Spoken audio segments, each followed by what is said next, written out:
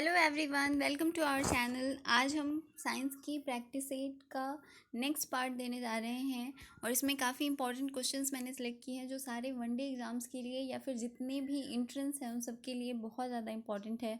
तो आप इन सारे क्वेश्चंस को खुद से करने की कोशिश करेंगे पहले, उसके बाद अपने स्कोर हमें कमेंट करके ज़रूर बताइएगा और काफ़ी केयरफुल्ली इन सारे क्वेश्चंस को याद भी रखने की कोशिश कीजिएगा क्योंकि ये बहुत ही रिपीटेड क्वेश्चंस हैं, बहुत सारे एग्जाम्स में पूछे हुए हैं, वहाँ से मैंने इन सारे क्वेश्चंस को सिलेक्ट किया है। पहला क्वेश्चन है आपका, केमिकली ड्राई आइस इज। इसके ऑप्शंस हैं solid sulphur, solid hydrogen peroxide, mixture of ice and common salt and solid carbon dioxide. ये आपके ऑप्शंस हैं। जनरली हम समझते हैं कि ड्राई आइस कह रहा है मतलब वाटर से रिलेटेड होगा, कुछ भी हो सकता है कि हाइड्रोजन पेरोक्साइड हो या फिर आइस या कॉमन सॉल्ट का मिक्सचर हो, इस तरह की चीज़ें, लेकिन ऐसा नहीं है। सॉलिड कार्बन डाइऑक्साइड को हम ड्राई आइस कहते हैं। जिन लोगों को भी हिंदी में प्रॉब्लम हो प्लीज़ मेरे वर्ड्स को क्लियरली सुनिएगा क्योंकि मैं हिंदी में टाइप नहीं कर पाई हूँ इस सारे क्वेश्चंस को। तो क्योंकि मैं प्रोनाउंसिएशन मेरा जो भी होता है वो हिंदी में ही होता है तो आपको दिक्कत नहीं होनी चाहिए। ड्राई आइस को क्या कहते हैं? सॉलिड कार्बन डाइऑक्साइड को हम ड्राई आइस कहते हैं। वैसे भी साइंस में जितने भी वर्ड्स होते हैं मैक्सिमम वो इंग्लिश में ही होते हैं, हिंदी काफ़ी कम होती है। तो अब ड्राई आइस मतलब सूखा बर्फ़ ऐसे तो नहीं बोल सकते हैं ना, dry ice is dry ice. तो ये सॉलिड CO2 को बोलते हैं। अगला क्वेश्चन है आपका, heavy water is a type of. इसके ऑप्शंस हैं coolant, moderator, or and fuel. सबसे पहले आपको बता दूं, हैवी वाटर का मतलब होता है D2O। आप जानते हो कि हाइड्रोजन जो है वो उसके 3 फॉर्म्स होते हैं। एक आपको बोलते हैं प्रोटियम, एक होता है आपका ड्यूटेरियम और एक होता है ट्राइटियम। 1 2 3। इसमें नंबर ऑफ न्यूट्रॉन्स का डिफरेंस होता है। Number of protons and electrons आप जानते हो 1 1 होता है, लेकिन इसमें जो प्रोटियम होता है उसमें एक भी न्यूट्रॉन प्रेजेंट नहीं होता है। बहुत सारे एग्जाम्स में ये भी क्वेश्चन पूछे हुआ है कि जो हाइड्रोजन के फॉर्म्स हैं उसमें किस में कितना नाइट्रोजन प्रेजेंट होता है, कितना न्यूट्रॉन प्रेजेंट होता है, सॉरी। तो इसमें 0 न्यूट्रॉन होता है, इसमें 1 न्यूट्रॉन होता है और ट्राइटियम जो है उसमें 2 न्यूट्रॉन्स होता है। और ट्राइटियम रेडियो एक्टिव एलिमेंट भी माना जाता है, रेडियो एक्टिव। और जो ये ड्यूटेरियम है इसमें 1 न्यूट्रॉन, 1 प्रोटॉन और 1 इलेक्ट्रॉन होता है। तो इसको हम बोलते हैं, इसको D से भी डिनोट किया जाता है और जब ये वाटर का फॉर्मेशन करता है तो इसको हम बोलते हैं D2O और ये हैवी वाटर कहलाता है। तो ये याद रखिएगा, इसके साथ कुछ एक्स्ट्रा फैक्ट्स हैं। और हैवी वाटर को जितने भी न्यूक्लियर रिएक्शंस होती हैं या न्यूक्लियर रिएक्टर्स जो तैयार किए जाते हैं उसमें एज ए मॉडरेटर इसको यूज़ किया जाता है।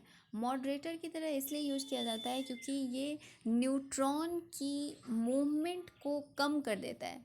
क्योंकि आप जानते हो न्यूक्लियर रिएक्टर्स में जनरली न्यूट्रॉन्स जो हैं वो ब्रेक होते हैं और एनर्जी रिलीज होती है, तो उसके मूवमेंट को, क्योंकि काफ़ी फास्ट मूवमेंट होता है तो उसके मूवमेंट को रोकने के लिए किसी न किसी सब्सटेंस की ज़रूरत होती है और वो यूज़ किया जाता है हैवी वाटर को एज ए मॉडरेटर। तो इसका करेक्ट आंसर होगा बी। अगला क्वेश्चन है आपका, which is the purest form of water. इसके ऑप्शंस हैं मतलब कौन सा सबसे शुद्ध जल होता है। इसके ऑप्शंस हैं टैप वाटर, सी वाटर, रेन वाटर और डिस्टिल्ड वाटर। जनरली जब भी ध्यान आता है सी वाटर, आप जानते हो कि इसमें बहुत ज़्यादा अमाउंट में सॉल्ट और आयंस वगैरह प्रेजेंट होती हैं और सी मतलब खारा पानी इसको बोला जाता है due to presence of large number of ions. Tap water आप जो नॉर्मल वाटर होता है उसे टैप वाटर कहते हैं। डिस्टिल्ड वाटर आपका प्योरीफाइड वाटर होता है। लेकिन जो रेन वाटर होता है उसमें किसी भी तरह का कोई भी मिक्सचर अवेलेबल नहीं होता है और सबसे प्योर फॉर्म ऑफ वाटर माना जाता है। तो इसका करेक्ट आंसर होगा सी, रेन वाटर। लेकिन अब क्योंकि आपका जो इन्वायरमेंट है वो काफ़ी ज़्यादा पॉल्यूटेड है, इसमें बहुत ज़्यादा अमाउंट में CO2 और NO2 वगैरह अवेलेबल है, SO2 अवेलेबल है, तो ये sulphur dioxide and nitrous oxide या नाइट्रिक ऑक्साइड के प्रेजेंस की वजह से आपका जो रेन वाटर है वो एसिडिक हो गया है, उसका pH चेंज हो गया है। तो ये अब के टाइम में ये भी प्योर नहीं है, लेकिन प्योरेस्ट फॉर्म ऑफ वाटर जो है वो रेन वाटर को ही माना जाता है। अगला क्वेश्चन है, water is good solvent of ionic salts because, मतलब वाटर बहुत अच्छा सॉल्वेंट माना जाता है किसी भी आयनिक साल्ट के को डिजॉल्व करने के लिए, मतलब कोई भी आयनिक साल्ट जो है वो डिजॉल्व हो जाता है वाटर में। ये क्यों होता है? इसके ऑप्शंस हैं, it has a high boiling point, it has a high dipole moment, it has a high specific heat, and last option है it has no colour. It has no colour से कोई मतलब नहीं है। हाई स्पेसिफिक हीट कैपेसिटी, मतलब इसकी जो S की वैल्यू होती है, स्पेसिफिक हीट कैपेसिटी की वैल्यू, वो काफ़ी ज़्यादा हाई होती है। हाई डाइपोल मोमेंट, वो इसको याद रखिएगा, डाइपोल मोमेंट ऑलमोस्ट 80 होती है, एक्चुअली 79.87 के प्रॉक्स होता है इसका डाइपोल मोमेंट। जितने भी सॉल्वेंट्स होते हैं उसमें सब में ज़्यादा डाइपोल मोमेंट अगर किसी का है तो वो वाटर का है, और उसकी वैल्यू 80 होती है। और it has high boiling point, इसकी बॉइलिंग पॉइंट भी हाई होती है, आप जानते हो 100 डिग्री सेंटीग्रेड होता है। लेकिन गुड सॉल्वेंट होने के लिए डाइपोल मोमेंट का हाई होना ज़रूरी होता है, तो इसलिए इसका जो करेक्ट आंसर होगा वो होगा B, it has high dipole moment. Dipole moment high होने, वाटर का आप जानते हो इस तरह का स्ट्रक्चर होता है, और जब डाइपोल आप तैयार करोगे तो वो इस तरह से बनता है, क्योंकि हाइड्रोजन लेस इलेक्ट्रोनेगेटिव एलिमेंट होता है और ऑक्सीजन हाई इलेक्ट्रोनेगेटिव एलिमेंट होता है। तो जब डाइपोल आप बनाओगे तो इस तरह से, और इसके बीच का एंगल 104.5 डिग्री होता है, तो ये इस तरह से डाइपोल आपका बनता है। तो किसी भी मॉलिक्यूल में अगर नेगेटिव पॉजिटिव चार्ज अवेलेबल हो तो वो खुद में जितने भी सॉल्ट, आयनिक सॉल्ट होंगे, आयंस का जो फॉर्मेशन करते होंगे, उनको ये ईजिली डिजॉल्व कर लेता है। अगला क्वेश्चन है आपका, which gas is used in the purification of drinking water? इसके ऑप्शंस हैं helium, chlorine, fluorine, carbon dioxide. कौन सा गैस पीने के पानी को शुद्ध करने के लिए यूज़ किया जाता है? तो आप जानते हो कि जो हीलियम होता है वो नोबेल गैस में आता है। नोबेल कॉन्फ़िगरेशन इसका होता है, नोबेल कॉन्फ़िगरेशन कहने का मतलब है ये 1:2 फुलफिल्ड होता है, और इसीलिए इसको नोबेल गैस कहते हैं। तो किसी भी नोबेल गैस, क्योंकि ये रिएक्टिव नहीं होता है तो इसको हम नहीं यूज़ कर सकते हैं। दूसरा आप देख रहे हो क्लोरीन एंड फ्लोरीन, दोनों हैलोजेंस कहलाते हैं, हैलोजेंस। और कार्बन डाइऑक्साइड आप जानते हो CO2, ये कभी भी यूज़ नहीं किया जा सकता है ड्रिंकिंग वाटर या किसी भी चीज़ के प्योरिफिकेशन के लिए। तो आपके पास बचता है फ्लोरीन एंड क्लोरीन। फ्लोरीन को नहीं यूज किया जा सकता है क्योंकि इसकी इलेक्ट्रॉन नेगेटिविटी हाई होती है, और क्लोरीन की इलेक्ट्रॉन एफिनिटी हाई होती है, दोनों में डिफरेंस होता है बहुत ज़्यादा। तो इलेक्ट्रॉन एफिनिटी हाई होने की वजह से क्लोरीन को यूज़ किया जाता है ड्रिंकिंग वाटर को प्योर करने के लिए। तो इसका जो करेक्ट आंसर होगा वो होगा बी। अगला क्वेश्चन है आपका, ईजली सॉल्युबल इन वाटर। इसके ऑप्शंस हैं carbon, nitrogen, ammonia and iodine. Water में सबसे आसानी से घुलने वाला तत्व कौन सा है? आप जानते हो कार्बन जो है वो एलिमेंट है, नाइट्रोजन एलिमेंट है, आयोडीन एलिमेंट है, ये सारे एलिमेंट्स हैं। और कोई भी एलिमेंट जो है, कार्बन जनरली गैसियस फॉर्म में अवेलेबल होता है, नाइट्रोजन भी गैस फॉर्म में अवेलेबल होता है, आयन आपका सॉलिड फॉर्म में होता है। और किसी भी चीज़ को मिक्स होने के लिए उनका फॉर्म इक्वल होना ज़रूरी है। फॉर्म इक्वल होने का मतलब ये है कि या तो उसमें डाइपोल अवेलेबल हो, या फिर वो लिक्विड है तो लिक्विड के फॉर्म में हो, या फिर गैस है तो गैस के फॉर्म में हो, या सॉलिड हो तो सॉलिड के फॉर्म में हो। लेकिन ये दोनों गैस है और ये सॉलिड है, और ये थर्ड जो है आपका अमोनिया, इसमें डाइपोल अवेलेबल होता है, तो ये वाटर में ईजिली सॉल्युबल होगा, तो इसका करेक्ट आंसर होगा अमोनिया। अगला क्वेश्चन है आपका, what is the shape of sulphur hexafluoride molecule? SF6 sulphur hexafluoride, इसका क्या स्ट्रक्चर होगा, मतलब इसका शेप कैसा होगा? इसके ऑप्शंस हैं trigonal, pyramidal, octahedral, planar and tetrahedral. इसका करेक्ट आंसर जो होगा वो होगा ऑक्टाहेड्रल।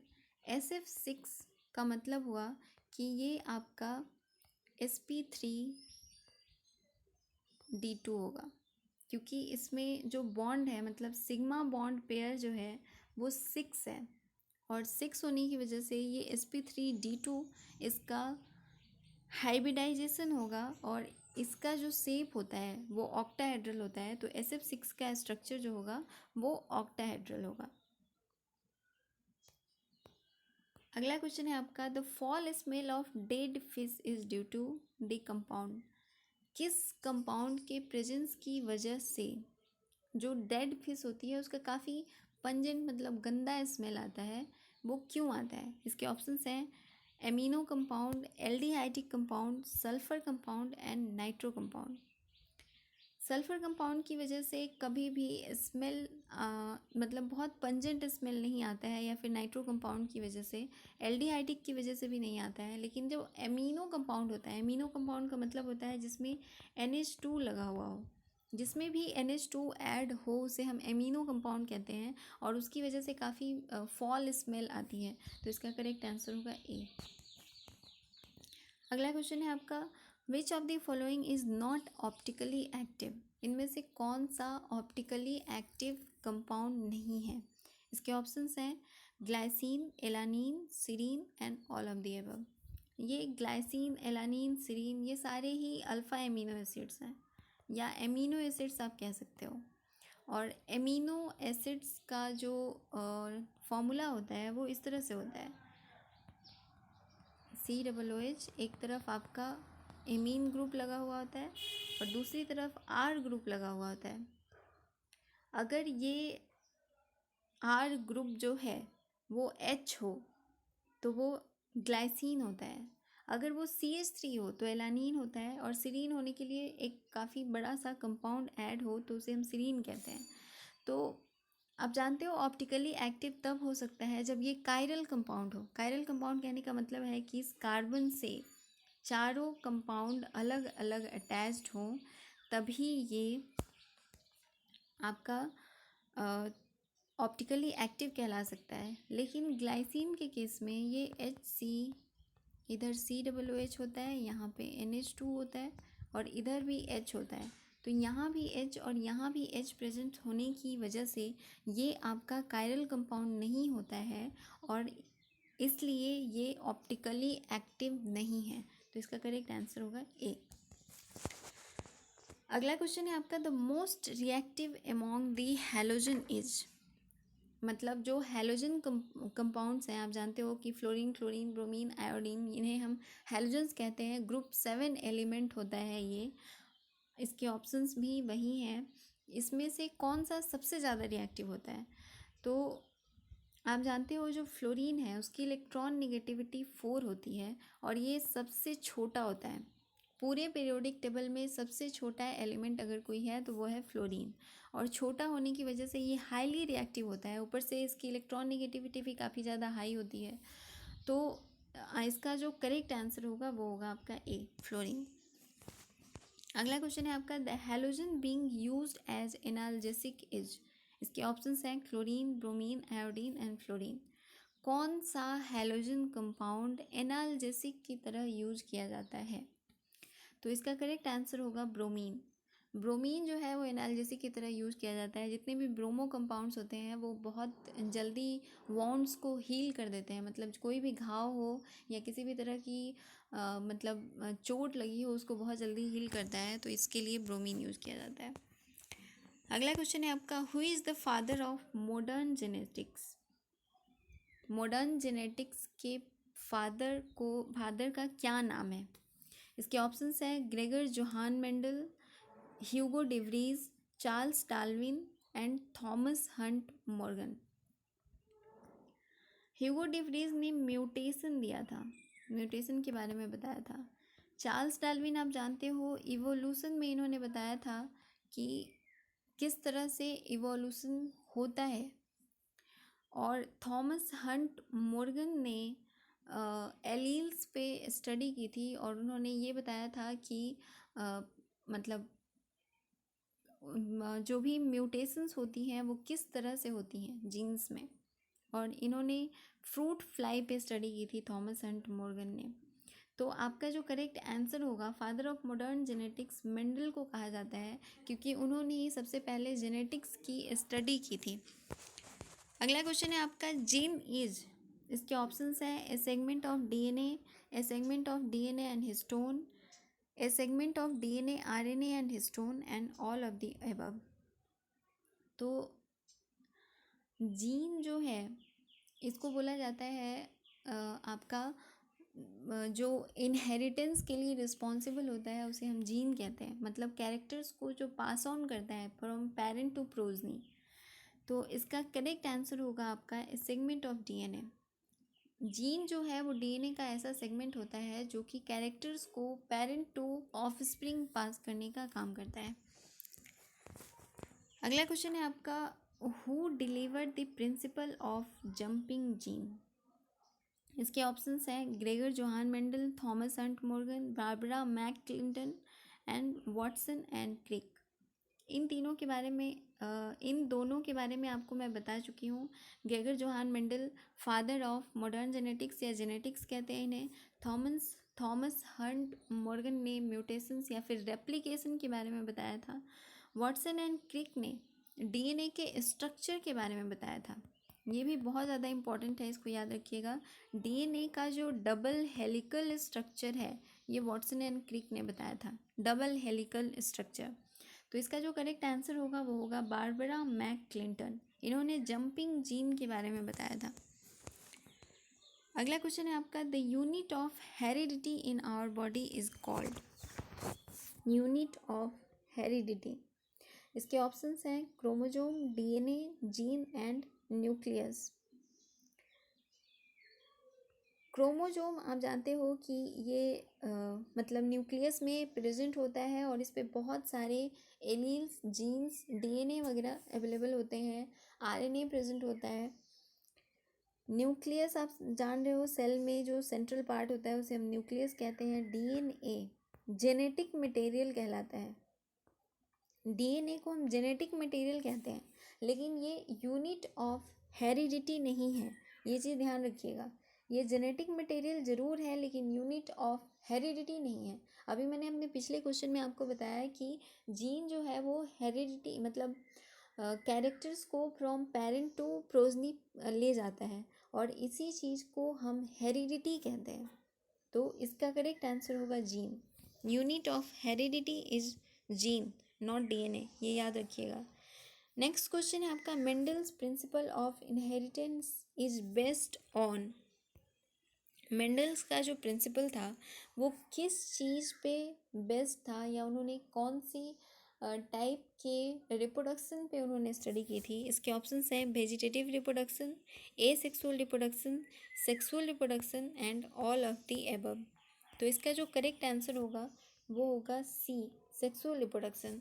उन्होंने सेक्सुअल रिप्रोडक्शन पे काम करके ये बताया था कि इनहेरिटेंस किस तरह से होगा। जो भी एसेक्सुअल या वेजिटेटिव रिप्रोडक्शन होता है उसमें जीन ट्रांसफ़र की या फिर मॉडिफिकेशंस की कोई ज़रूरत नहीं होती है। उसमें डायरेक्ट जो भी चीज़ें पेरेंट में अवेलेबल होगा वो ऑफस्प्रिंग में मल्टीप्लिकेशन या डिवीज़न से पहुंच जाता है।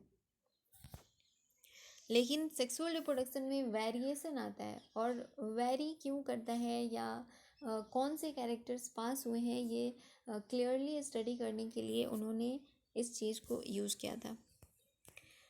अगला क्वेश्चन है आपका, corpus luteum is a mass of cell found in. इसके ऑप्शंस हैं brain, ovary, pancreas and spleen. Corpus luteum एक सेल मास होता है, ये किस चीज़ में अवेलेबल होता है। ये ब्रेन में अवेलेबल नहीं होता है, पैनक्रियाज में भी नहीं होता है, स्प्लीन में भी नहीं होता है, ये ओवरी में अवेलेबल होता है।